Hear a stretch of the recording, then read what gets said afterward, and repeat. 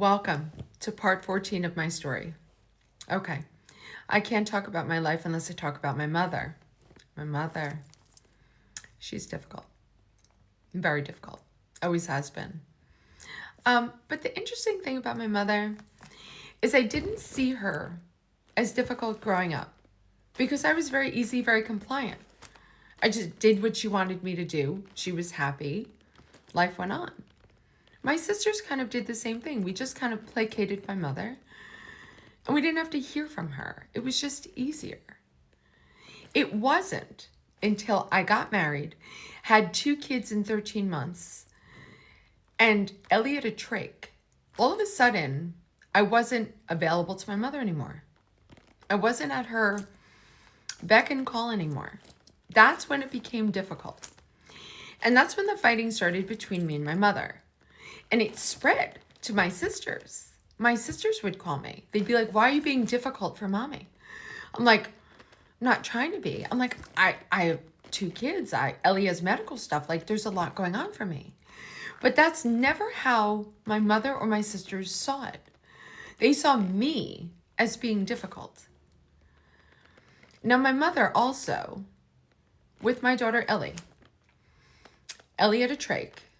And Ellie had monitoring equipment for her trach that I did not have when I had a trach in the early 70s. And my mother never learned how to use Ellie's equipment. She had a pulse ox that measured oxygen concentration and heart rate when she slept. It was for her safety. My mother never learned how to use it. She would dismiss it. She'd be like, oh, you didn't have it as a child. Meanwhile, my nurses, my home care nurses were like, Gayle, that pulse ox, she has to be on a pulse ox when she's not with you. If she's sleeping and she is not on the pulse ox, they're like, you won't know that there was a problem with her until you wake up the next morning and you find her. It was like life or death for her to be on that machine at night. And my mother never bothered to learn how to use it. Now, Ellie also had food allergies. She was allergic to everything. Eggs, nuts, dairy, soy, and pork. She couldn't, we were very limited with her diet. And if Ellie had any dairy at all, as when she was a baby or a young child, she'd throw up across the room. It was something. And my mother was dismissive of it. She'd say, well, that's ridiculous. I never heard of a child who can't have milk. She would actually blame me. Like, if I wouldn't give Ellie ice cream, you're being mean to her. I'm like, I'm not being mean to her. She can't have it. But it was always that back and forth with her. She was just so difficult, especially when I had children, especially when it wasn't about her anymore. It was about my kids. It became more about me. She couldn't do that. And I remember I had a trip with Ellie to Cincinnati Children's. We had a trip coming up the week after Mother's Day. We had to go for 5 days of extensive testing. And Chris took time off work to take care of Madison, but there was 1 or 2 times where he had meetings he had to go to. So we had a babysitter pick Madison up and bring her home from preschool. I think it was 2 of the days.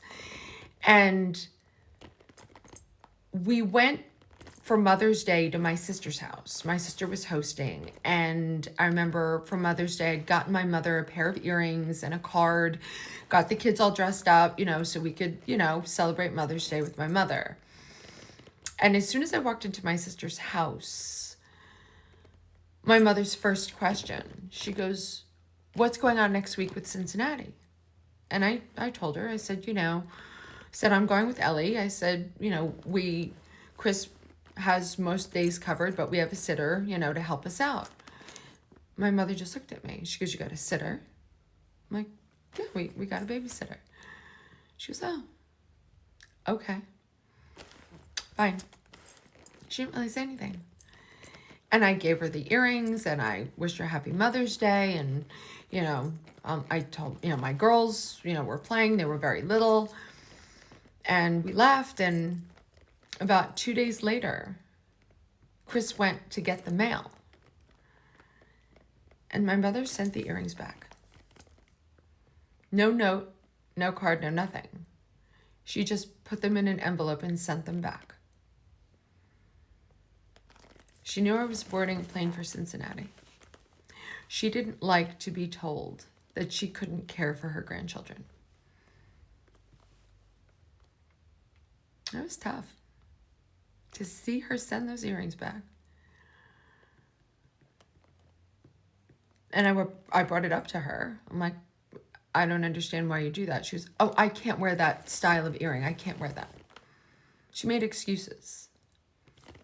But she did it to be nasty. She did it to be spiteful. But again, I made excuses for her and continued to have a relationship with her and continued to try and please her and continued to try and make her happy for years. Until I found out the biggest secret that she was keeping from me. Till I found out that the man who raised me was not my biological father. She let me navigate a complicated medical airway issue with an incomplete genetic history. It's my belief she never got tested for my genetic problem. She let me tell a psychiatrist I had every reason to believe that my daughter was bipolar, based on genetic history that was untrue. I haven't spoken to my mother in over a year. I didn't say I wouldn't, but it's her turn to pick up the phone. It's her turn to make the first move. It's her turn to apologize. I'll never get that from her. She can't. Because in my mother's mind, she's never been wrong, and she has no reason to apologize. Follow me for part 15.